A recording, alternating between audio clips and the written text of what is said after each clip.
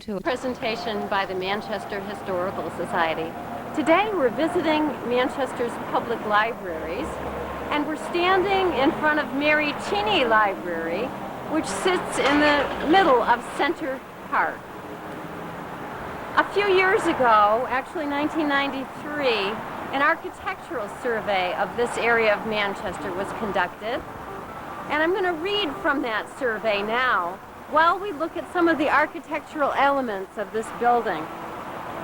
The Mary Cheney Library is a 7-bay, one-story, hipped-roof brick building designed by architect Frank Farley, with later wing additions on each side. And we'll hear more about that when we go inside the building and talk with the library staff.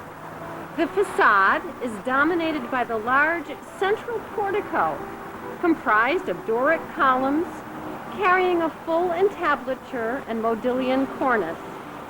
Centered in the pediment is an oculus window with molded surround and keystone motif. The central entry is composed of paneled doors with lights, those are the little windows, set in a molded surround, topped by a denticular cornice and fanlight with decorative tracery. To either side of the doorway is an oculus window with curvilinear radiating muntins above a recessed panel. On either side of the portico are 3 round-arched windows with molded surrounds set in blind arches. The arches of the inner bays are distinguished by keystones. The windows employ multi-pane glazing in a double-hung sash with a fixed semicircular sash at top. The windows sit on concrete sills. The overhanging hipped roof is embellished with a modillion cornice which circumscribes the main block. The original building is flanked by 2 large wings, added in 1961, that connect to the main block through a narrow hyphen.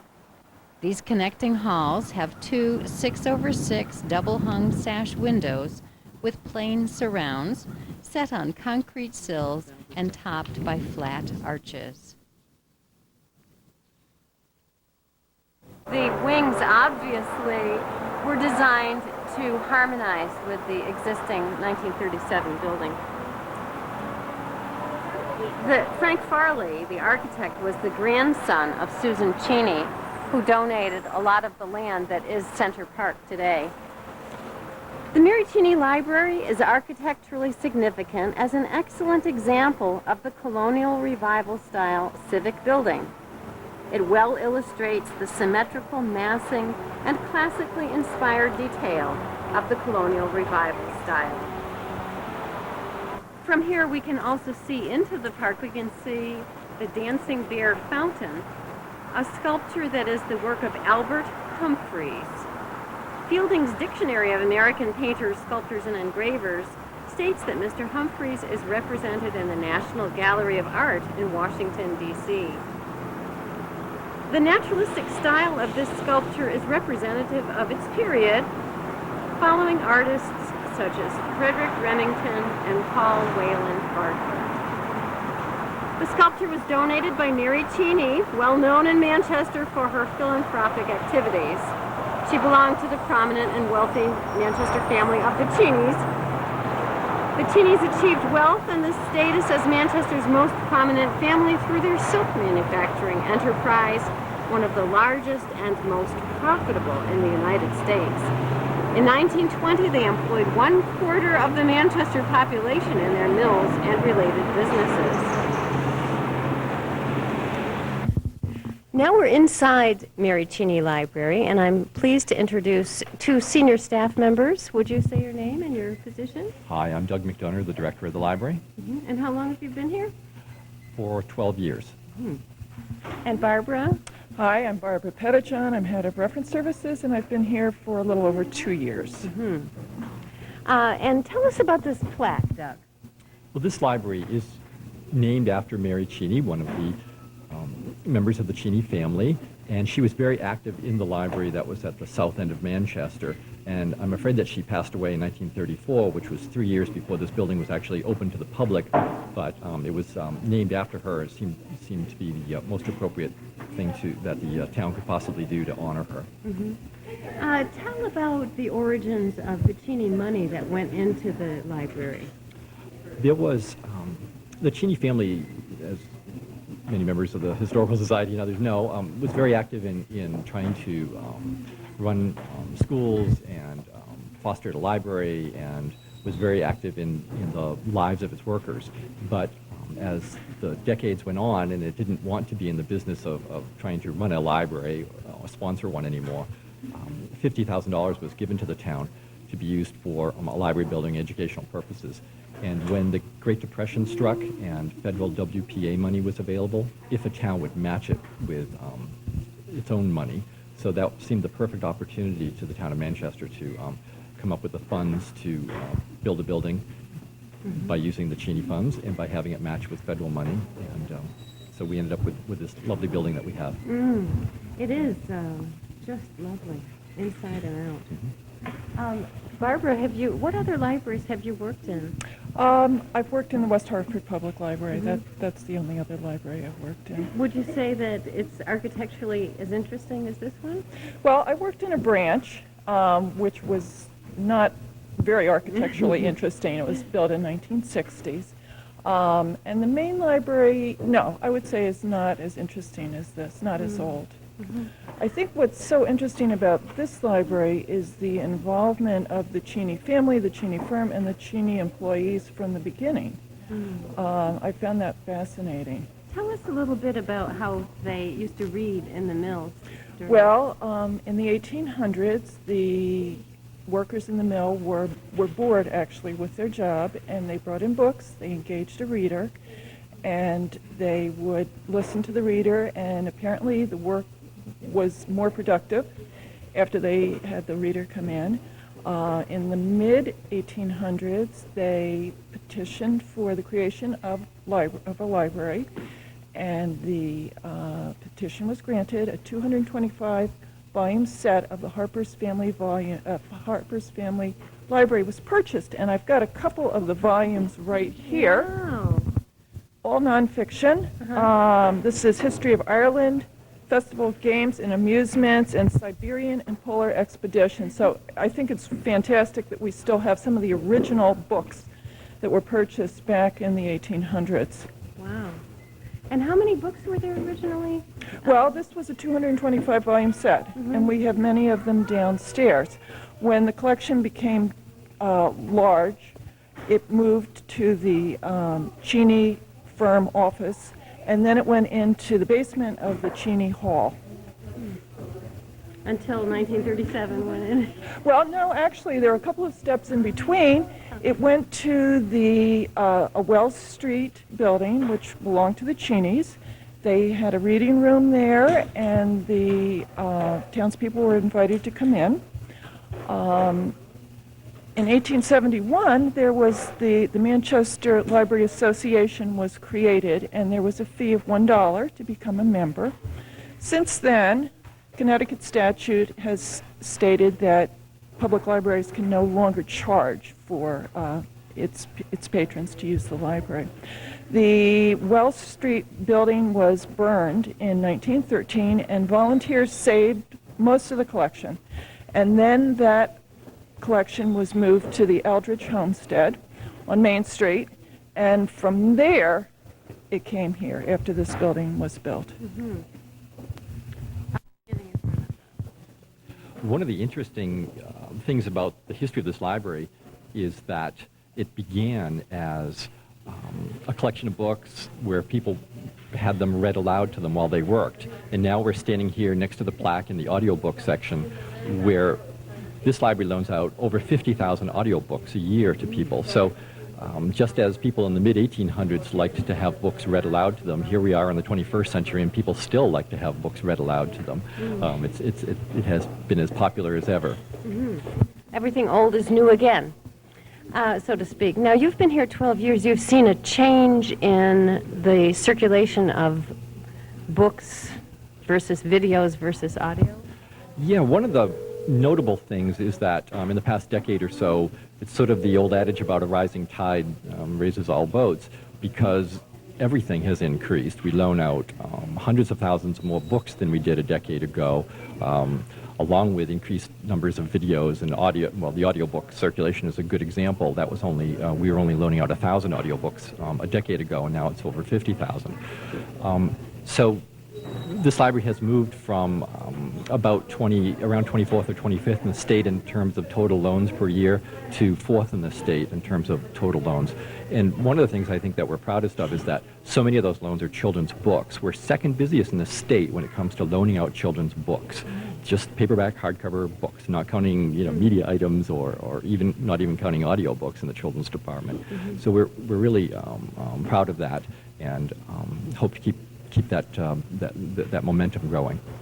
Well, I see your programs in the newspaper all the time, Children's Hour and storybook reading and that sort of thing. Yeah, families really swarm in here with their youngsters to take advantage of the programming in the books. And Barbara, could you tell us a little bit about the history of circulation over the year? Well, I have some statistics from the 1920s. The circulation was 70,000 items then. We had 13,347 books. We had 1,100 adults and 1,300 children registered. And just to add something to programs, we also have adult programs, although we've got a very strong children's program. We have adult programs, we have book discussions, we have summer reading programs for adults, teens, and children. So what's our adult circulation today? Doug would have those latest figures. What is it? In round figures, we loan out in the middle of the around 850,000 items, of which about 380,000 are children's items. So it's nearly 500,000 adult items. I've heard people say, well, people don't borrow books anymore. They only borrow the videos. Is that any truth to that? No truth to that at all. We have doubled our book circulation, in 12 years or so. So even with the competition, if you want to call it that, of bookstores opening up in town, where people are buying hundreds of thousands of books, I think it's great. I mean, it says very good things about Manchester, that not only are they buying so many books in bookstores, but they're borrowing so many from us. Do you have any more statistics to? Well, I don't have any more statistics per se. Just wanted to add that the wings to this building were added in 1962, and the Howroyd Room was renovated in 1998. And actually, we could use a lot more room. The leitmotif of libraries. There's not enough space. Well, let's go into the new reference room, so to speak, since the library was just this part at one time, and that's one of the wings, the children's room being the other wing.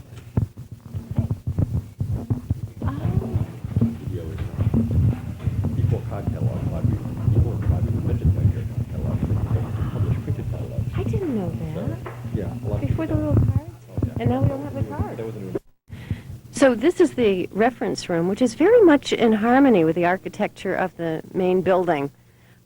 Yes, we were lucky. The architects did a good job tying together the oak trim and the overall feel of the 1937 building when they did this 1962 edition. Tell us about this plan. Levi Drake, we've been fortunate over the years to have a couple of different benefactors, people who have remembered us in their wills. We will hear later about Dr. Francis Whiton, who left money at the north end of town for a building. And at this end of town, not only did the Cheney family support the library in its early days, but we have Mr. Drake had left us money in the 1920s, and that money piled up a little bit and was able to be used to help pay, along with a bond issue, that was passed in 1960 for this edition, as well as the children's room at the other end of the building.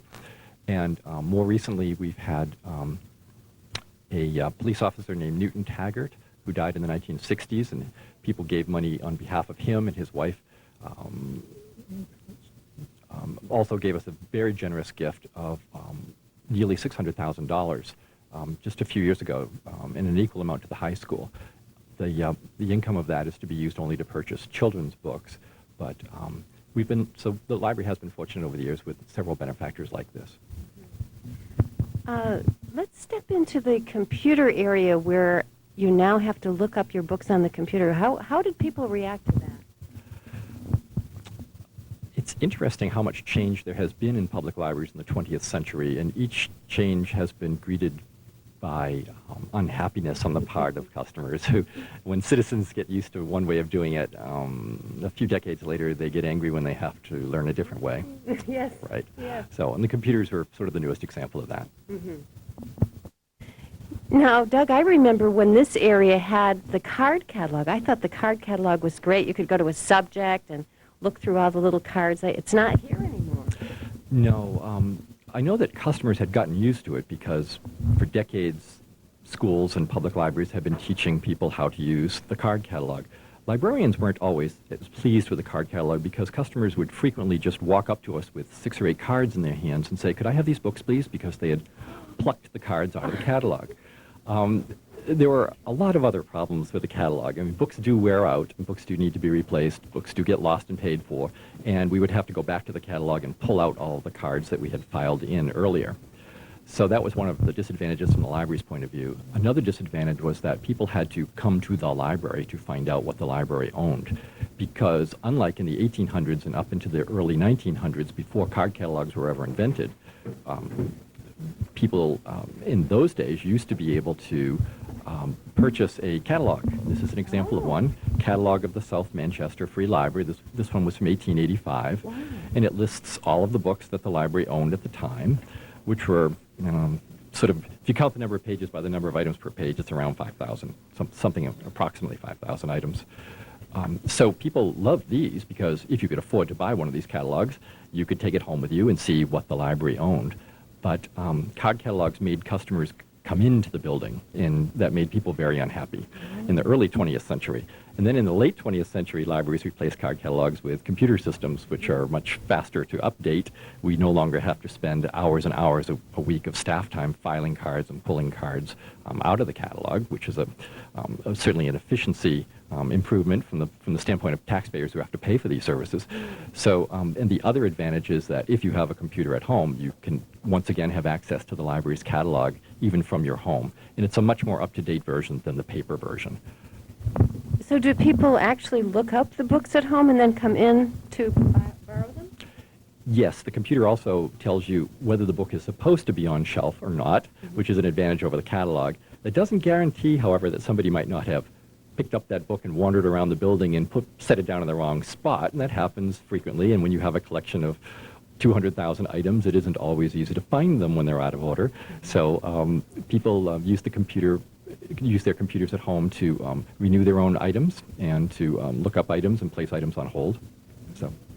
And we're going to flash the website name on the screen because it's a little bit long. Yep. Susan, if I could just add, if you come into the library, we have these cards that will show you how to get onto the website, and the website address is on there. You can also call the reference room, and we can give you the website and help you find that website. What's the phone number for the reference room? The reference room phone number is 645-0821. Mm-hmm. How has the reference function changed over the years? You could probably write a book on that alone. Well, we are going more to electronic sources from print.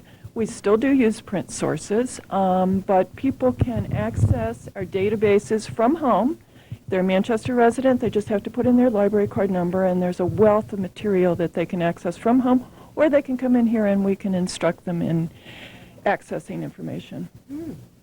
The internet has made a world of difference, and people are taking advantage of it. Mm-hmm. But they still come in. I see folks here all the time, high school kids and adults. We do. We have mothers bringing in little ones to get on the internet. We have senior citizens.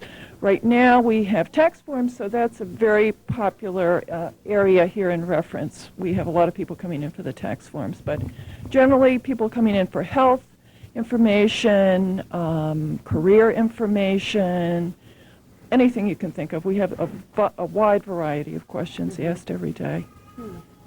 But books are still... Books are still here. We still have them. So this is the Manchester Herald Archive. From Friday, July 1st, 1955. We have the Herald and we have the JI on microfilm, so people can come in and often do look for obituaries, do some genealogy. We also have the New York Times on microfilm, and the Hartford Courant is on microfilm, but we also have a newspaper index, a database where you can get full text of the Hartford Courant, the Wall Street Journal, the LA Times, national papers, which is also invaluable because with the database, of course, you have searching mechanisms, and here it's a little bit of just scanning through the paper, although we do have someone hand-indexing the papers. But, of course, the database is a very powerful tool for searching for items. So if you wanted to find something in the Herald that you think happened in 1925, you'd have to be looking through, how are these microfilms? Is it 1 year per tape, or? No, actually, this particular one, it differs. 3 months for one tape, so that would be 4 tapes per year, and that would be a lot of searching. Yeah. Whereas with a database, you could type in big fire at the church. And, right, and immediately get some results. What's the lifespan of this microfilm? Well, these are 1955, and for the most part, they're in pretty good shape. The film is getting a little bit brittle, and so we take care with it. But we generally have fairly good results. Great, great. Thank you.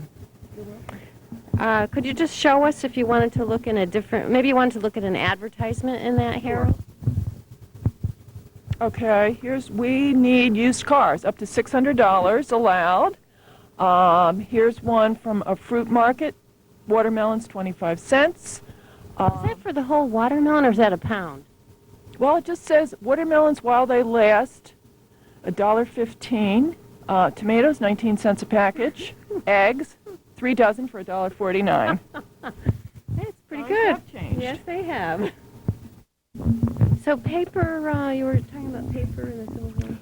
One of the things that's happened is people frequently expect that newer newspapers or newer books will be lasting better than books published in the 1810s or 20s or 30s. But what happened was, along with the advent of industrialization in America and around the Civil War era, the methods of making paper changed to use acids to break down the fibers in paper. And it made for an inexpensive paper to print books on and newspapers, but it means that the newspapers are pretty well gone. So newspapers in the last 100, 150 years don't last nearly as well as older things from the 1700s or early 1800s. So if it wasn't for microfilm, we simply wouldn't have these. I mean, a lot of these items would have disappeared and just crumbled away to dust. So that's like when they turn brown and you touch them and they have no structure left. Right. It's just the acid that's still left in the paper breaking it down. Do you still have newspapers here? We keep a few months of newer newspapers, but we don't have any significant number of older papers like that. A few scattered ones that on World War II or something like that, D-Day or something. People tried to save the newspaper and wrap it up in acid-free paper, but.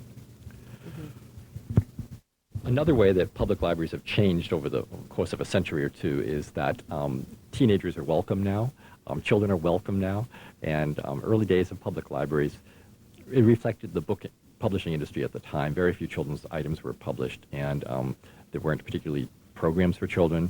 There weren't programs for teens, and one of the difficulties we have with our old 1937 building is trying to squeeze in people's modern expectations that teenagers will be able to be here and do group study, and literacy volunteers will be able to be here and have it be quiet, and other people can read and do research and have it be quiet while others need a little more noise. So public libraries are grappling with how do you fit in all of the conflicting demands that people have on public library buildings. And you still have people who come in to study. Do you have the carols upstairs in this desk? No, our stacks are quite crowded, and they have narrow aisles, and they're completely inflexible because there are 3 floors, each of which each bay of books is held up by the one underneath it. So we can't even pull out one bay of books, or the floor above would collapse. So there's no flexibility in the stacks. There are no study carrels. Uh-huh. Okay. Did you get our teenagers yet? All right. Put your heads down. You can hide. You can hide. Look really studious. Thank you. So we're going to be able to go down into the area of the stacks not open to the public? Yes, we've got the lower floor of stacks holds many books that there simply isn't room for up where the public can get at them. And when we get down there, you'll see why the public isn't allowed down there. For one thing, there's only one exit. But for another, the books are shelved all the way up to about 12 feet high. So it's difficult to reach. And this is where Barbara found those old books from the Cheney Mills? They are kept in a non-public area, yes. So let's try to go down here without tripping.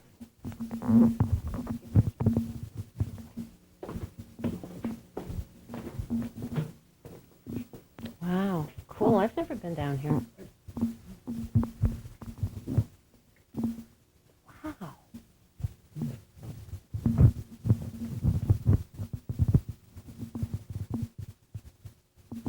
So tell us about this area, Doug. Some of the books down here are duplicates of books that were bestsellers a few years ago, and people aren't interested in reading quite as frequently as they were. A Stephen King book that was really popular a few years ago, we may have one copy upstairs where the public can get at it, and then 1 or 2 others down here. Whereas if that book gets turned into a movie, all of a sudden everybody wants the book again, and we have to come down and fetch the items. Other items down here tend to be classics, maybe some of the Shakespearean plays that aren't quite as popular, and those sorts of things that people expect their local public library to have, but we just don't have enough room to have them up where the public can get their hands on them easily. So all of these books have to be asked for by the public, and we fetch them for them. So when I look it up on the computer, it would tell me that it's in the stacks? Yes, that's correct. Well, there's an awful lot of books down here. Is this what you were saying about how this stack holds up the floor above? Yes, the stack holds the floor above it, and each vertical pole, I don't know if you'll be able to see it on video or not, holds up the pole above it, which then goes up to the floor above it, holding the floor above it. So when I say that there's no flexibility and we can't widen the aisles for wheelchair access or allow people to get up and down the stairs very easily. So that's some of the problems that we know that we face with this building. Now, this whole thing of which books to buy must be a study in itself. That's one of the fun things about being a librarian. Library staff members read tens of thousands of book reviews a year, and that's how items are chosen for purchase. So that Da Vinci Code now is extremely popular. How many copies of that did you buy? We'll have to check on the computer. I think we bought something in the order of 10 to 12 because in a town of 50,000 people, we ended up with just scores and scores and scores of people who wanted to read that book. That was an interesting book because it had good book reviews, and we bought a couple of copies to start out with. Nobody was interested in it in the beginning, and there were no long reserve lists or anything, but it was a sleeper kind of book that sort of builds and builds its momentum, and we had to keep on acquiring more copies as more and more people wanted to read it. It's interesting. You hear that in the publishing industry as well. They can't seem to detect in advance what's going to capture the public's imagination. Can you think of other books along that line? Well, certainly everybody was shocked when the Harry Potter books became as popular as they did. They're also in children's right now. Lemony Snicket is another pseudonym of an author who's writing very popular books, because in both of those cases, the books were somewhat scary and somewhat dark, and nobody expected them to become phenomenal bestsellers. Interesting.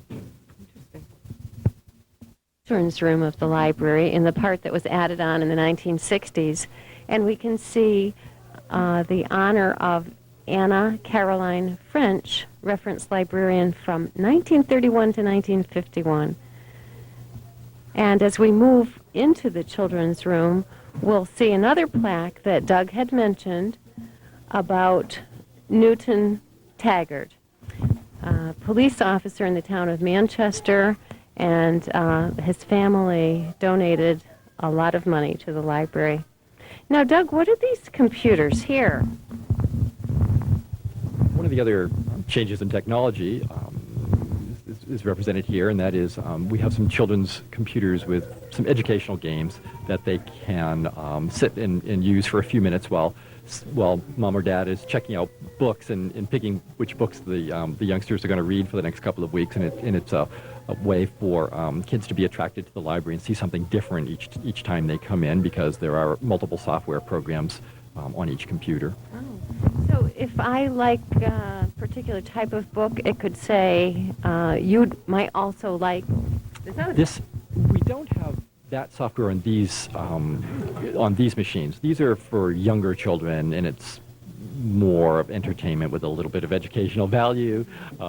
It's not video games. The library doesn't carry those, but in the library's catalog, what we used to call the card catalog, and now it's the computerized catalog system that Barbara will talk about. In that, there are databases of recommended books. If you like this kind of book, you might like that. Bestseller lists are included also. Would you say that the library is much more inclusive of lots of different kinds of literature today? Well, that's certainly true. I mean, over the course of 100, 150 years, libraries went through first arguing over whether or not they should even carry fiction. And so after a while, libraries finally decided, okay, it didn't have to be just nonfiction. Libraries could carry fiction, but you wouldn't carry popular fiction like Mark Twain. Never a popular author like that. So then there was an argument over paperbacks, whether or not libraries should carry paperbacks in the 1950s and 60s, and then other types of materials too. But libraries have gotten more inclusive of not only the kinds of materials they have, but trying to attract everybody in the community is another theme of public libraries in the 20th and 21st centuries. I recall going to Whiton Library and not seeing any Nancy Drew books when I was a little girl, because they were considered not instructive or educational or literary, perhaps, I don't know. You certainly see them today. Yes, you see them today in virtually every public library. You can find a Nancy Drew or a Hardy Boys book or lots of other series. So you're here at the circulation desk, Susan. Could you tell us your name and your title? Oh, sure. Susan Burns, my name, and I'm a library technician too. Mm-hmm. And you circulate books, you scan them with a barcode nowadays, right? Yes, we do. There's no stamping. No stamping. I'm from the era of the Gaylord machine, but yeah, actually that's been a major change in the library. I first came to the library in 86 when we were just beginning to computerize the collection. So that's been that era and on is when I've been here, and we've seen a lot of changes since then. Well, in addition to circulating through this desk, you also have a bookmobile at the library. We do, yes. That's been long-standing before I was here, and I think it's only grown since I've been here. A lot more work with, I think, daycare centers and many more visits, in-home visits. Mm-hmm. I don't do the bookmobile. How has the library changed since the mid-'80s? We're talking nearly 20 years. Right, that's about how long I've been here. And I would say with the change in computers, we certainly had more access to both our collection and other libraries' collections. So interlibrary loan has grown, the bookmobile has grown. When I first came here, the previous library director had started to purchase media for the library, some operas and award-winning video cassettes, and of course we all know that's grown in every library since I've been here. I think the library's also changed with our community, both our staffing and what we offer to the community reflects the community and the growth, and it's a pretty lively place, as you can see most days when you come in here. Another change, in addition to children's and teens programming growing over time, and something that I've been most involved with, would be the Reader's Advisory part of my job. And the library had always engaged in Reader's Advisory staff talking up their books to the customers, but we've more formalized that and concentrated on getting some of the materials that are in the stacks kind of hidden in the stacks out to the public, and that's through doing displays, both fiction and nonfiction, and also through extending the life of those displays with bookmarks and bibliographies, and then personal contact with the customers, and also now on the net too. So, Is that one of your pamphlets? I've seen. I have a few here. Okay, I've seen them. Like if you Yeah. like murder mysteries in the locked room, you'll like these particular mysteries. Right. Certainly, mysteries are one of the most popular groups of books. So many of our bookmarks we kind of specialized in private eyes. We even have one. I don't know if I brought them over with me. Have some over there. Canine Sleuth. Holy Sleuths, Cozy Mysteries. We usually keep, the library's really busy, so sometimes if I'm on circulation, someone will come up and they've got a naval adventure novel. We've developed a list of naval adventures so they can extend their reading enjoyment. And sometimes we keep a few behind us here for quick picking because sometimes things go fast. So Murder Most Historical. Oh. What else we have here? Book club favorites. So if you liked Patrick O'Brien, naval mysteries, naval stories, you'll like these other ones. Doug was previously talking about books that were popular and then not as popular, and then the movie comes out. Is that something you've seen here? Definitely. With actually the naval adventure that you're talking about, I think the public television did C.S. Forester. The Hornblower series once. That's when we initially made up this bookmark, and now with Master and Commander, it's come around again with Patrick O'Brien. So, and certainly the Titanic, all those types of books and movies that we tend to promote. So you have to really be on your toes here. Well, you do. The customers keep you on your toes, and that's another aspect. I think by chance, because we're staffing this displays so much, we come upon customers in the stacks, and that's where you meet people and try to hook them up with the books that they're interested in. Well, thank you very much. You're welcome. Doug, you were mentioning another library that existed in Manchester in the West End. True. The West Side branch from the 1920s until the mid-1970s, and I think members of the Historical Society know which building I'm talking about. The library branch was inside the West Side Rec on Cedar Street, the building next to our museum. Right. So it was really the 1970s when the Manchester Public Library reached its maximum square footage because at that time this whole building existed as it does now, the Mary Cheney building. The Whiton building existed as it does now. There was a West Side branch, and there was also a lodge bookmobile. And the bookmobile has since been downsized to just a home delivery service, and the West Side branch was closed in the 1970s. Do you know what the impetus was for closing the West Side branch? There didn't seem to be enough usage. It was a small branch, and I read a report that said that in its last year open, they were only getting an average of about 12 people per day. And here at this building, we get 1,000 to 2,000 people per day. So now, I don't think we did that in the 1970s, but just to sort of show you that there was a significant difference in usage patterns. Now, your hours have changed so much over the years as well. It would have been unheard of in the 1950s to be open on a Sunday. Maybe in the 1950s, however, libraries typically were in the 1930s. During the Great Depression, most public libraries, and I've read little bits and pieces that our library was open on some Sundays quite a while ago, but it was a good place for people to go during the Depression, was to their local public library and read and study and keep warm. And here's another plaque honoring William E. Buckley, Library Trustee Emeritus for 39 years of dedicated service. We refer at the Historical Society to his book, New England Pattern, The History of Manchester, constantly. And he was a great lover of the libraries, so he mentions their history quite a bit in his book as well. Yes, that's true. William Buckley was a library trustee in the days when the library had a governing board of trustees, and that was changed recently during the charter change. So now the library board is an advisory commission or committee, not unlike other town commissions, recreation advisory commission or whatever. So the trustees play an important role of keeping the library staff in touch with what citizens in town want from public library service. There was a merger of the two libraries. Was that something that the Board of Trustees did?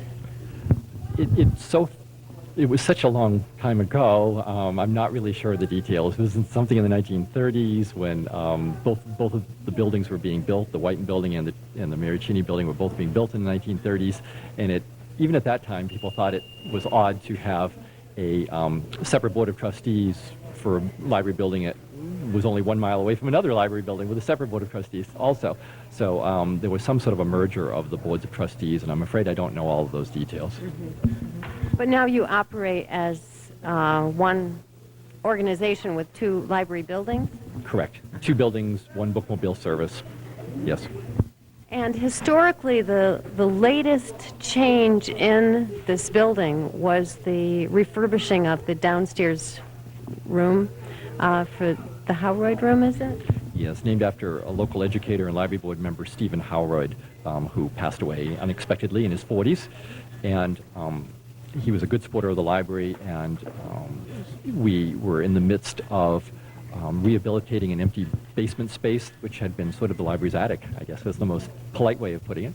And we needed some space to do children's programs, since we do 15 to 18 programs a week in that room for children, and more recently, in more recent years, we've started 1 or 2 programs for teens a week. It's not unusual to have in that room also. I've been to a book signing there. It's a very nice space as well. Yes, it is, and we're so sorry that we only have 25 parking spaces here, because we'd like to be able to do more major sorts of events, but whenever we do any sort of an event, even a story time that attracts 20 parents takes up 20 of the 25 parking spaces out front, and makes it difficult for everybody else to get into the building. I parked up on Pearl Street myself.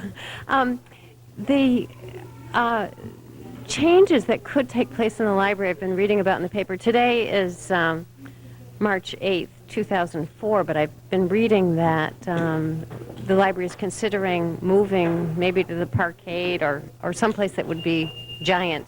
Well, certainly the board of directors in the town directed the library board 2 years ago to look into the space needs. We had looked at the possibility of expanding parking, but too many people objected to that idea.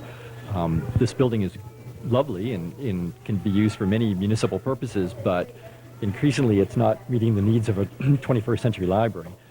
Particularly this whole crowded lobby, being one of the busiest libraries in the state, and trying to jam an awful lot of activities into this lobby that we're standing in right now, with lots of people going past and crying children and other theft alarms going off and other things that are happening all around us. So the library board hired a consultant who did a number of focus groups with citizens in town of what do you want from a library, and found out that people wanted a combination of places that could be quiet, which this building has no place like that, places that go ahead and let people be noisy and do group activities together, and they wanted all of the books available to them, not in stacks that reached up 12 feet in the air that were closed to the public, and they wanted the materials available and out where they could get at them in fully handicapped accessible areas. So that just wasn't possible to do with this building. This building is about 25,000 square feet, and the Connecticut State Library has suggested minimum standards for towns. And when we look at what we need for the town of Manchester, it comes out a minimum of 54,000. And you just can't take the activities that you would get in a 54,000 square foot building and crunch them into a 25,000 square foot building, even if we have a Whiton branch library, which is another 12 to 13,000 square feet up there, but we're still quite a bit short of space to do things that people expect libraries to do now. They want quiet study rooms, they want literacy volunteer study rooms, and we just don't have any place like that here. If you had your crystal ball, what would you say is going to happen to those space needs over the next 3 or 4 years? Well, certainly the town is facing some difficult economic times in the next couple of years. So we're not expecting, I don't expect anything in the next year or two to change, but longer term, I think this town needs to put on its list of capital projects, not only addressing schools and addressing the needs of the fire department and senior center, but I think that library needs to be someplace on that list too. This building doesn't really have an auditorium like the Whiton does. No, it doesn't. And even Whiton's auditorium, I'm afraid, is not handicapped accessible. So it takes several steps to get down into it, several steps to get up onto the stage. Things just weren't built in the 30s the way we wish they would be built in the 21st century. Well, thank you. Maybe we can go over to the Whiton Library then. Sounds like a good idea. Let's go. The Whiton Library and 2 other institutional buildings on Lower North Main Street represent the epitome of style in the district and an early example of adaptive reuse of historic buildings. Leaving the Greek Revival House in place between the Whiton Memorial Library and the YMCA as complementary yet independent elements was an inspired decision. It would be fortunate if the grand, almost continuous facade were more readily visible to passers-by. Given the totality of the overall design and the similarities between the 1930 buildings, it is likely that the complex was designed by the same architect, Hutchins and French. With the tripartite division of their facades and the elaborated entrance pavilions, they reflect the strong classical influence in institutional colonial revival architecture. Of the 2, the library is the more sophisticated interpretation, as it combines a traditional colonial broken pediment within a classical enframement.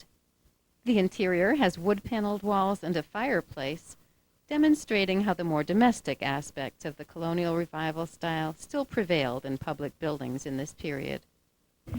Here we are at Whiton Library. Doug, tell us a little of the history of the Whiton Library. Well, there were various attempts at founding libraries in the north end of town. A subscription library was started in the 1860s, and a group called the Circle of King's Daughters, which was sort of a Grange-like organization, began a lending library in the 1890s. In fact, at the top floor of this building, there's still a room named in honor of the Circle of King's Daughters, and we call it the King's Daughters Room. But after many attempts, it finally crystallized into a library that was housed at the Robertson School for many years. And active on the library board of trustees or library committee at this end of town was Dr. Francis Whiton. And when he passed away in 1922, he left money that could be used for a building after his wife died.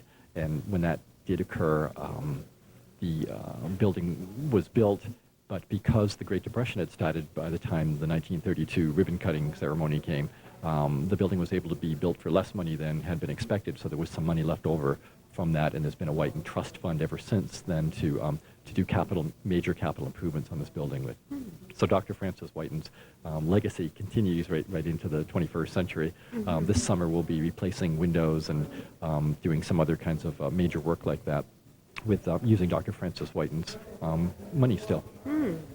It's a very grand room, this central room with the beautiful, is that plaster? All carved, and it's a lovely building. Yes, it's lovely to look at. It's just that libraries can't use much above 6 or 8 feet high. So we enjoy how it looks, and everybody enjoys how it looks. Again, it's not as flexible as we might have wished for, but that's how things were done in the 1930s. They were really designing buildings left from their image of a library from the late 1800s or turn of the century 1900s. So we're in a building that's built in a very old-fashioned way for a library. In the grand style of public buildings. I can see what you mean. You can't use that for an auditorium up there. There is an auditorium in this building. Can we go down and take a look at that? Sure. Let's go down and see the auditorium in the basement. Okay. Saying that this building hasn't been added onto, that it's still the original size that it was when it was built. This wonderful, wonderful oak all throughout the building. It's glorious. And I think this is probably the original floor. I believe that is true, yes. Built to last. So we're going to go down these metal stairs, I guess, with their little metal gate. So this is the auditorium. I'll bet these are the original 1932 chairs. with the all wooden again, and a nice stage with red velvet draperies. And of course, today it has a screen if you wanted to show movies. It's a wonderful lot of oak here. Do you know what's under the stage and those? Storage for more chairs. Storage for more chairs, uh-huh. The stage is being used by the town's youth services department, and they're conducting a play with children as an after-school activity, and so there are some props and trees and other things that we don't usually have here on the stage. This auditorium is used by some community groups, by women, infants, and children group, and others to have events here. But the library tends not to have unique events here because it's not handicapped accessible. The other stairway there is the one that comes down from the parking lot, I guess. Okay. Is there anything else in this behind there, or is it just offices or bathrooms? Okay. This is really a big building. It seems to be as big, if not bigger, than the Mary Cheney original 1937 building. You said there's a second floor above the library as well? Yes. So, yeah, maybe... We can go upstairs and see the King's Daughters meeting room if you'd like to see I'd that. love so. to see that. Great. Okay. So this is the King's Daughters room, Right. named after them, but Named surely after the circle of King's Daughters who helped to initiate a public library, the public library that survived, that lasted. And when the King's Daughters sort of went out of business in the 1930s, they paid for some furnishings in this room, and then my understanding is they pretty much didn't have anything else to do with the library. It was sort of like the Grange and like so many organizations that existed in rural Connecticut or in small town Connecticut. That group, it's my understanding, is long gone. Mm-hmm. Mm-hmm.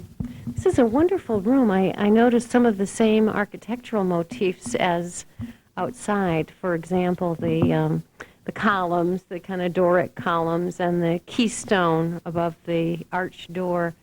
Very attractive. I wonder if this is painted oak, do you think? It looks like. I don't know. Oh. I don't know whether it was a pine or an oak. Uh-huh. And the Russell Cheney painting is charming. I don't think I've ever seen one of his with a cat in it. Yes, that's true. It is nice. And it fits so well right there in the fireplace. It's the only Russell Cheney painting we have at this building. The rest of them are at the Mary Cheney building. Mm-hmm. I wanted to talk a little bit about the administrative side of the library as well. It used to be that as each book came in, somebody would write on it, accession, such and such a date. Now I understand with the barcodes, they're actually sent out of town to get ready to circulate. We catalog the books by using a database that's shared by libraries all across the planet. Any library that has books in the English language pretty much shares the same giant database. So the odds are that by the time we acquire a book, some other library someplace in America has already cataloged the book. So we're just able to press a button, download the cataloging information to our computer system. Locally, we do our own, we do place the barcode on the back of the book, and then we have to tell the computer, we have to scan it and tell the computer that this particular barcode number matches up with that particular cataloging record. And you still use the Dewey Decimal System? Most public libraries in America still use the Dewey Decimal System. College libraries tended to switch over to something called the Library of Congress system, which is a more modern way of keeping track of the books that are in the collection. Mm-hmm. Speaking of books in the collection, you must have to get rid of them now and then, or you wouldn't be able to walk around in the library. Sure, books wear out, information gets old and gets replaced, items get damaged and get replaced. People also donate materials to us that oftentimes we can't use in the collection. So the Friends of Library is a nice group that holds 2 book sales a year. The next book sale is in June. I'm sorry, I don't know the date, but there will be flyers in the library and advertising or a statement in the newspaper about it too. Is that in connection with Heritage Day or Heritage Week? Yes. The next book sale is going to be in connection with Heritage Week. Mm-hmm. Now, I remember that book sale when it used to be in the Howroyd room when it was just cement, and that room looks so lovely today. Yes, that's the newest edition. The square footage always existed, but we've changed the purpose of the room from storage to actual programming. Mm-hmm. what do you do with the money that comes in from the book sales? The Friends of the Library has been using it for things such as the Museum Pass program that we have. There are many museums in the state of Connecticut that have a system where the Friends of Libraries or other groups can buy museum passes, give them to the local public library, and we loan passes out to families to either for free admission to many of the museums around the state or else greatly reduced admission to the museums. So you can borrow those passes like a book. Huh. And you have, I think, the Mark Twain House and perhaps the Mashantucket Pequot Museum? The museum passes that we have change from time to time as the Friends try different museums. So I don't dare to say yes on both of those. The Friends of the Library also sponsors the Adult Summer Reading Program, which is a really great program that we have been doing a program for some years in cooperation with the school system for youngsters, and that's grown from having 50 children in it to having 3,000 to 4,000 children participating in it. But it was time to get the adults involved, so the Friends of the Library sponsor that program too. Mm-hmm. Anything you'd like to add about the future of the library? Well, I think if I could add anything, it would be that if somebody looks at this videotape 100 years from now, we can't possibly anticipate what the library of 100 years from now is going to be like. I mean, what we've seen, what we are coping with is the change from sort of an analog way of doing things to a digital way of doing things, so that not only do we not use card catalogs or typewriters to type things out with very, very frequently anymore. That's switched to computers, but we're seeing the same kind of thing with video cassettes are switching to the digital video discs, and books on tape are switching to the books on disc. And libraries elsewhere around the country are getting into offering their customers the ability to download books in audio format, or even download the entire book, pictures and all, onto a computer. So that's just sort of the beginning trend, but I don't think that the public library is going to go away. The book is still the best way to have portable information, portable recreational, inspirational reading. You just hate to go to the beach with an expensive electronic device and let it get all covered with sand and grit and all, and then you take a paperback book to the beach with you, and who cares if there's a little sand in it when it's over with. So books still make a lot of sense in a lot of situations. Mm-hmm. Well, when the internet became popular, we thought, oh, now people will read everything on their computer, but newspapers are still doing okay, and the libraries are as well. Yes, that's true. And people said the same sort of thing about radio. When it came out, newspapers would go away. And when television came out, people said radio would go away. And it just doesn't happen. People learn to coexist with all the kinds of media, and whatever is the best method is for them to get information is what they use. Mm-hmm. Well, this has been a real education. Thank you so much for inviting us behind the scenes at the library, Don. Oh, you're very welcome. Thanks. Dr. Francis Whiton served on the library board from 1898 until his death in 1922. From a brochure distributed at the dedication exercises May 10th, 1932. Dr. Whiton always wanted the best within our means in books and equipment. This interest he perpetuated by giving the funds which have made possible this our attractive new home. Mrs. Whiton shared the doctor's love for the library and joined with him in this splendid memorial. The building was started in the spring of 1931 and is being formally turned over to the town today. We have put our house in order very carefully through the efforts of our present librarians, Mrs. Inez Wolcott and Mrs. Florence Shearer, and hope to give you more efficient service than has been possible hitherto. We think we have now a pleasant place for old and young in which to read and study. We shall need your hearty support in order to give you perfect service.